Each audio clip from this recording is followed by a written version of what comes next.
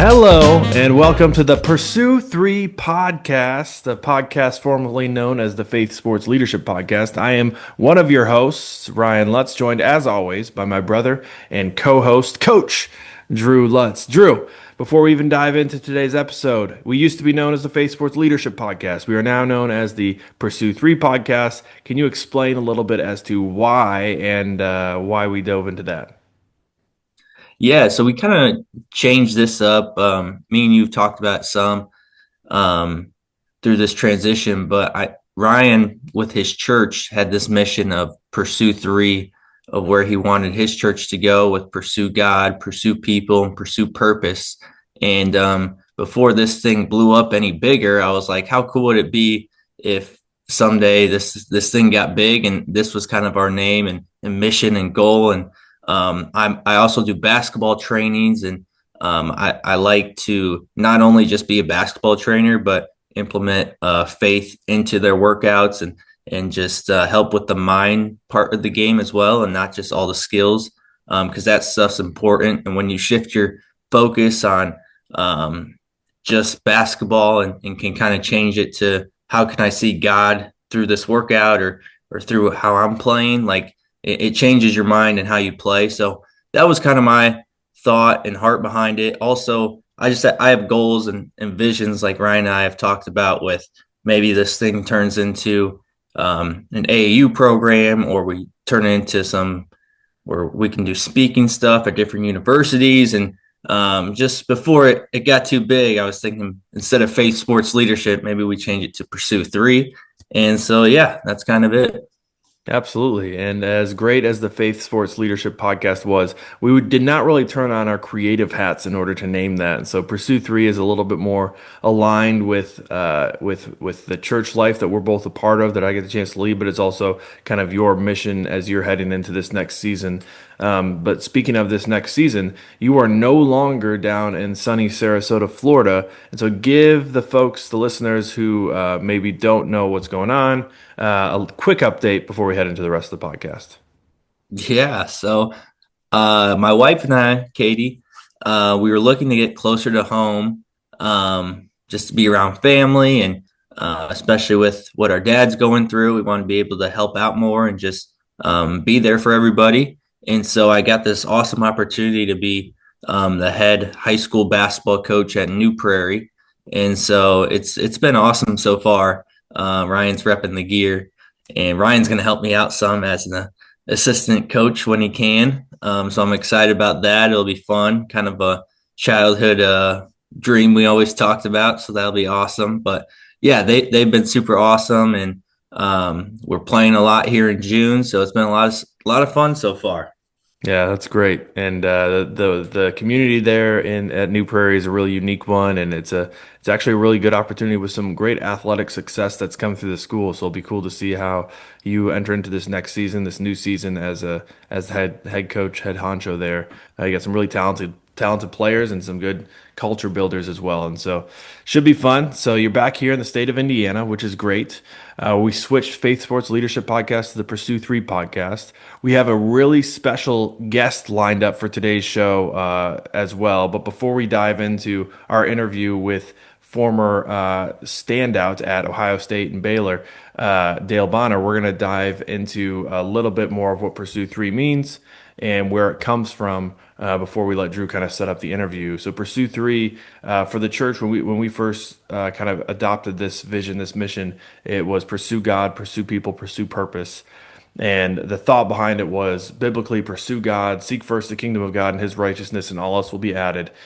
Pursue people, go and make disciples of all nations, baptizing them in the name of the Father, Son, and the Holy Spirit, teaching them to obey everything that I've commanded. Also, Jesus also talks about to go before he sends into heaven. He talks about like go into and be my witnesses in Jerusalem, Judea, Samaria, and to the ends of the earth. Like it's about going, pursuing people, bringing the good news to people. And then pursue purpose. This is something that Drew and I, both of our testimonies, we ran into a stale purpose moment in our life that just felt like life wasn't necessarily as good as we thought. The things we were accomplishing were purposeless and all this stuff. And then we found a renewed purpose in for me in ministry, but for Drew ministering in the basketball world and the coaching and the playing, that type of stuff. And so we believe that pursuing God first is huge. Pursuing people is something we're all called to do. And then we all have a unique purpose as well that helps us align with His will. Jesus came so that you and I may have life and life to the full. And so part of that full life isn't just it isn't necessarily lots of money and lots of opportunities, but what I believe it is a purpose given to you from God that brings fulfillment that anything in this world can't necessarily bring. And so we want to try to help people do those three things. Also, when I first kind of established or God kind of laid on my heart this vision, it was just this idea that if we pursue God very quickly, when we start pursuing God, we'll realize that so much of pursuing God is actually recognizing who He is and seeing that and then wanting to share that with other people. And part of so you're pursuing God and so quickly it's almost like you're bouncing like and He's coming with you to go pursue people. And then when you're pursuing people, you recognize that so much of your purpose can be wrapped up in pursuing people as well. And so it kind of all three coexist and aligns. And I believe that if you're truly pursuing God, then out of that you'll pursue people, and out of that you'll find purpose. And so that's kind of that. And then Drew has actually taken this. So for those of you listeners, I did not suggest this changing the name. It was actually Drew kind of felt convicted of like he wants to continue to impact people both in the sports world, but also within the faith and the leadership type stuff.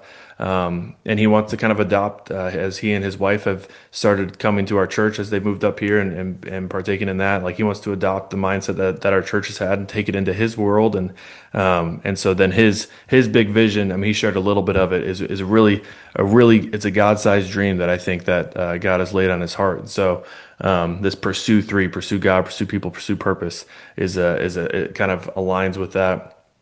Also, myself, not so much Drew. I would pursue threes when I was a basketball player, and I was really good at making threes. Drew, not so much, but just kidding. Had to roast you a little bit.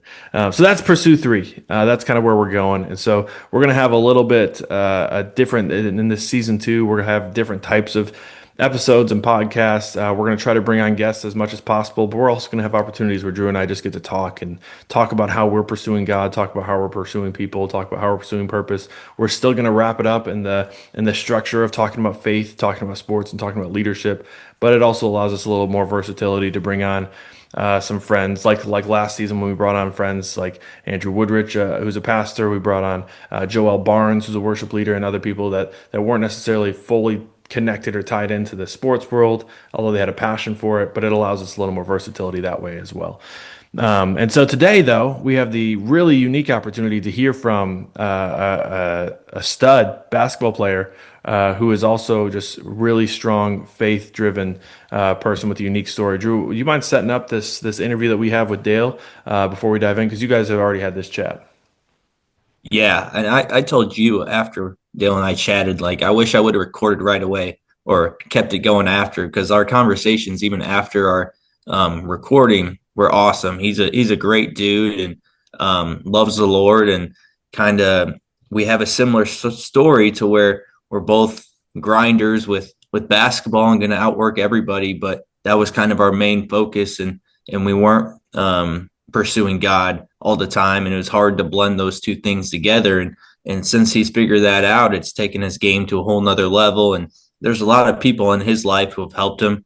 Coming from Baylor and Ohio State, he was talking about how those two universities were really on fire for the Lord, and it was just cool timing of when he could go there. And then we talked about after how we both got the chance to play each other when I was at Incarnate Word, and he was talking about the transition from D2 to D1 at that time, and just how it took him a little bit to adjust. But it was really fun talking to him, and we've been, even after our conversation, still been staying in touch. So really excited about him and where his professional career is going. So it was a lot of fun talking to him.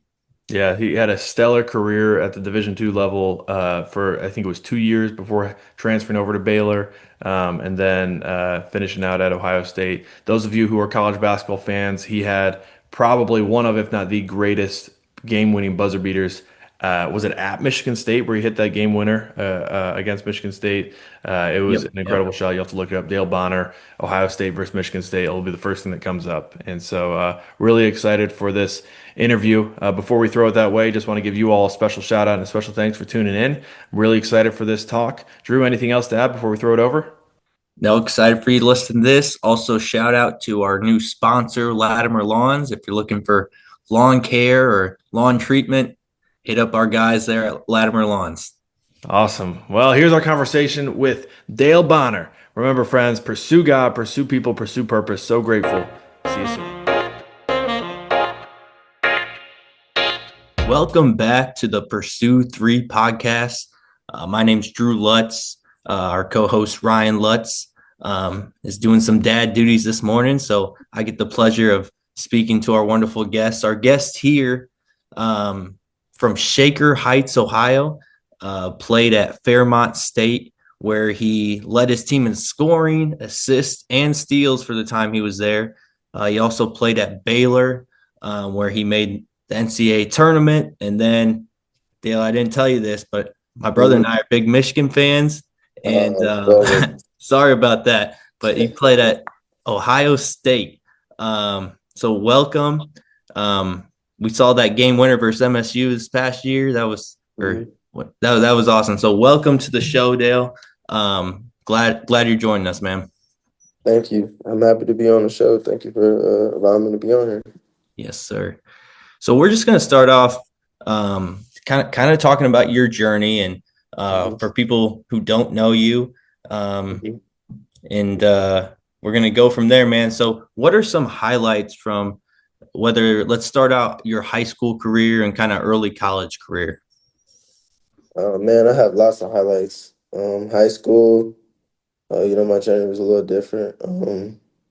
Coming into high school, I was really small, probably like 5'7", 5'8", coming into high school. I didn't start off like playing varsity basketball. I started off playing like JV, and I played a couple games of freshman. But I played varsity from 10th grade to 12th grade, so I still had a lot of experience playing at that level. And I went to a good school. I feel like Shaker Heights in the city of Cleveland is one of the best schools to go to.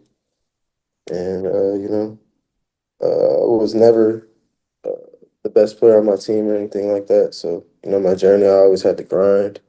Yeah, And definitely, man. When yeah. you get into that next level, those Baylor and Ohio State, what was, because I played small Division I at Incarnate Word, and then I played at Bethel, which is NAIA. So what was that jump from maybe the D2 level to big time D1? What was that experience like for you?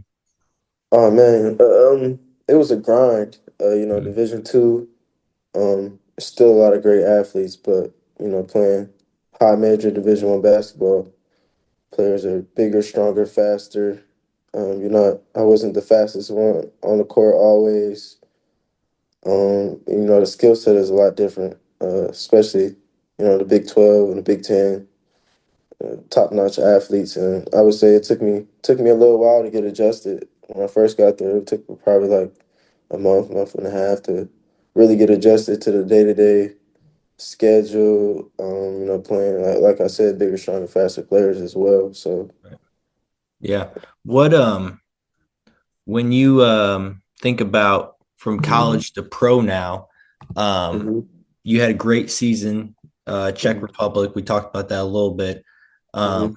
But what was that experience like? What was your day to day like living? And was it lonely at all? Like how was that for you this past year? It took a minute to get adjusted to, I must say. Um, like you just stated, you pretty much kind of alone.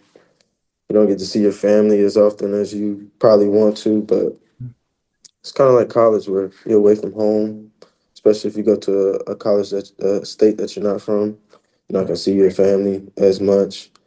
But it was a good experience overall. It's kind of like a college like day to day. You might have workout in the morning, and then practice like later on in the afternoon or wherever the case may be. But I know we always had like two practices a day. We'd either have like a lift and like guards and big workout, and then we'd come back like a couple hours later and just have a full practice. So it was kind of like a college schedule, I would say. In Right. that instance, having two workouts or two practices, whatever the case may be. And the pro levels, physical, you're in a whole different type of culture if you play overseas. And it takes time to get adjusted to. Yeah, definitely, man. And then Mhm. we're gonna jump right into kind of our main part of this podcast. It's Mhm. Pursue 3 Podcast. So with that, we want to pursue God, pursue Mhm. people, and pursue purpose. So that those are our main three things for our listeners. Mhm. So just kind of want to hear your story, Mhm. where you were before you met Jesus. How did you find him, and what has your life been like since you found him, and what kind of is your journey? And so I'm just gonna give you the floor, and yeah, Mhm. tell people about what he's done for your life. Yeah, I would say I found Jesus at kind of a young age. My mom always had me in church growing up in like elementary school and things of that nature. But when you're young, you don't kind of really like understand. So I would say like when I got to like later years in high school, and then I would say like my last year at Fairmont, I really started to dive into like getting closer to Jesus. And then I ended up going to Baylor, which is a great school, and that's where my faith, I would say, really took a leap. Um, Coach Drew really emphasizes relationship with God, and it's true what they say about Baylor. Like you go there to grow, you go there to grow as a man, Mhm. and you get stronger in your faith as well. And that's what I really like took off. I would say, like with my faith, like every day, whether I was reading the Bible or going to chapel or doing Bible studies with my teammates and things of that nature. And I would say that's when I really started to grow into my faith. Yeah. Yeah. I remember you guys, Hmm. I'd see on social media the joy, Jesus, others, Yeah, Jesus yourself. started himself. Was that big for what Coach Drew was about? Yeah, that was really big on what Coach Drew preaches, and the Mhm. rest of the staff, the environment, everything is great over there. But also, when I was at Ohio State, we would do like chapels and things of that nature before games, on game days and stuff. So the two Division I schools that I chose were really Mhm. high on, you know, Yeah. That's scripture and, awesome. and things of that nature. Yeah, my brother and I talked some this past year about how Mhm. we've always grown up not liking Ohio State, but we saw so much stuff about just what was going on there and Mhm. just the movement of Christ. And Yeah. um, could you touch a little bit just like what went on there and Mhm. how that experience was for you? My experience there was also great. Like I said, I was also in an environment where they talked about scripture. Coach Diebler emphasized that too, that he would challenge us as well to get close to God. And it's exactly what you see. Everybody is eager and open to getting closer to God, which is a beautiful thing. Yeah. Yeah, you touched on some people that were big for you in your journey. You talked Hmm. about your mom, some of your coaches and Hmm. teammates. Anybody else you wanted to shout out for your faith journey or who's helped shaped you? When I was at Baylor, there was this guy named Josh Hambe, and he really challenged me to like really get closer to God, and I really appreciate him for you know helping me open up on things I might be struggling with, or Hmm. helping me grow as a person and as a young man, Yeah, and trying to grow into my faith. So, Coach Drew always talked about you just have to have faith as much as a mustard seed, yeah, and that's always sticked with me. So, yeah. It's so true because you don't know what God will do with that. So that's good exactly. stuff. Yeah. Is there a certain scripture or verse that kind of Hmm. helped you along your way? I would say it's kind of like two scriptures I always really think about, and that's like Romans 8:18 and Proverbs 3, verse 5 through 6. Those two really stick Mm. out to me Yeah, on a day-to-day basis, and I just try and lean on those scriptures on my day-to-day life. Yeah. That's Hmm. awesome. And I feel like, especially being overseas, I have friends and old teammates who do that, and they just talk about the amount of time where they some of the spots they're at, they can have just so Hmm. much quiet time and peace time to Yeah. spend with God and kind of feel His presence. So I feel like that's a Hmm. really neat opportunity for you, man. Yeah, it is. You have a lot of a downtime, and I try and, especially when I'm winding down throughout my day, I just try and take at least 20 minutes to, just have that time with God. Hmm. Yeah. And next thing I want to touch on was just kind of, I know for me in the past, Hmm. like um, faith was kind of just something I did on the side. And then when I Hmm. was basketball, I just had Hmm. two separate things for the longest time. And then towards the end of my college career, I just really dove into what God wanted for me. And I felt like I Hmm. needed to step up in my leadership role and just all these Hmm. different stuff. But finding ways to blend both basketball and my faith and not just having it Hmm. be two separate things. How do you feel like you've been able to do that, blend the two together and yeah, just not have it be faith something you do when you're off the Hmm. court, but how do you bring it to the court, man? Yeah, I kind of struggle with that too. At some points, nobody's perfect, but I just try and like reiterate, like continue to trust God, like just continue to be faithful. Before like every game, I just try and pray. Reiterate like something I would do off the court to bring it to the court. Like, whether that's God, like I talk to God like right before a game or practice, anything, just something small to just reiterate. God's in control, and continue to have faith. Really. Yeah, no, definitely. Um, for younger athletes or kids who look up to you, because you may not know it, but there's a lot of people look up to you. Yeah. What advice would you give to them, whether they're starting out their basketball career, they're starting out their faith walk? What advice would you give to those people? Man, I would say continue to ask questions. That's one thing that it took me a little while to start doing. I'm a little bit on the quieter side, but I would say just don't be scared to open up, and Mhm. don't be scared to like if you're struggling with anything or just need to talk to somebody, don't be scared to speak up and speak what's on your mind. And from a basketball standpoint, I would just say like continue to stay where you are. Like don't rush to open the next chapter. Oh, I can't wait to go to college. Like just continue to grind and stay where you need to be. Stay in the present. I would say that's always something that I was like in high school. I was like, oh, I can't wait to go to college. But like that time goes by fast, and then when you're in college, you're like, oh, I wish I was still in high school or be around family like that. I would just say, just continue to be where you are and just enjoy every moment.